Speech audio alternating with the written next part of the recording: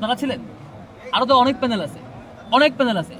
বাকি প্যানেলের সকলে পুলিং এজেন্ট যদি ওখানে থাকে এবং প্রত্যেকে ক্রস চেক দেয়, সাংবাদিকরা ক্রস চেক দেয়, এলইডি স্ক্রিনে সেটা লাইভ দেখানো হয়, তাহলে আমাকে কেন জোর করে সেখানে ঢুকতে হবে?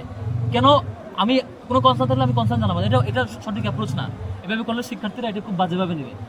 আমি বিশ্বাস করি রাজনৈতিক সংগঠনগুলো ঢাকা বিশ্ববিদ্যালয়ের সকল শিক্ষার্থীদের প্রতিনিধিত্ব না করলেও তাদের অন্তত পালসের দিকে তাকানো উচিত। একটা বড় সংখ্যক শিক্ষার্থী কোনো রাজনৈতিক সংগঠনের অংশ না, তারা ঢাকা বিশ্ববিদ্যালয়ের শিক্ষার্থী হিসেবে ডাকসুতে অংশগ্রহণ করেছেন। তাদের মতামতের প্রতি, তাদের আগ্রহের প্রতি রেসপেক্ট জানাতে না পারলে তারা শিক্ষার্থীদের সেই ম্যান্ডেটগুলো হারাবে, শিক্ষার্থীদের পছন্দের তালিকাতে তারা বাদ করে যাবে। আচ্ছা, আরেকটা বিষয়, আমার ব্যাপারে একটা অভিযোগ তারা আনার চেষ্টা করেছে, ঢাকা বিশ্ববিদ্যালয় ক্লাবে ভোট গণনার সময় প্রবেশ করা।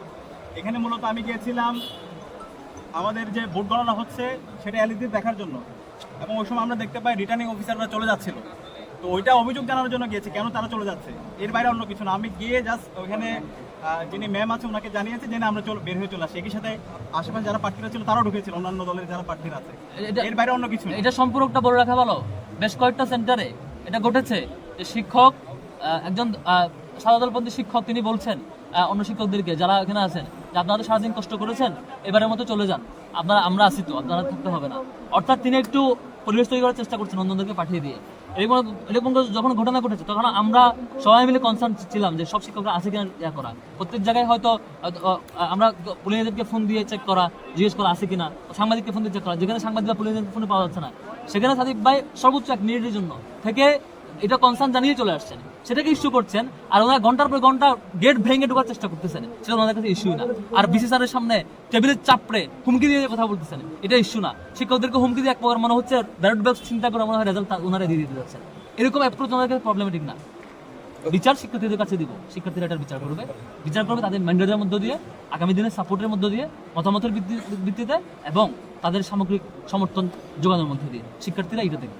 ভোট গণনা হচ্ছে সেই ব্যাপারে আপনাদের কোনো কনসার্ন আছে কিনা? আমরা অবজার্ভ করছি, কনসার্ন থাকলে আমরা জানাবো।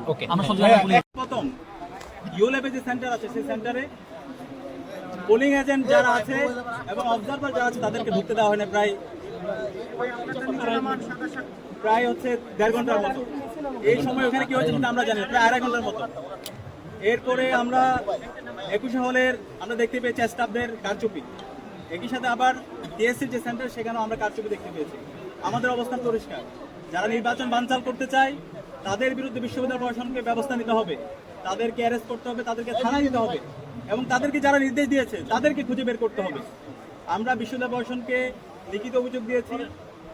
বিশ্ববিদ্যালয় প্রশাসন আমরা অনুরোধ করব দ্রুত সময়ের মধ্যে এই নির্বাচন বানচালের সাথে যারা জড়িত আছে তাদের সবার বিরুদ্ধে যেন দৃষ্টান্তমূলক বিচার আওতায় নিয়ে আসা হবে।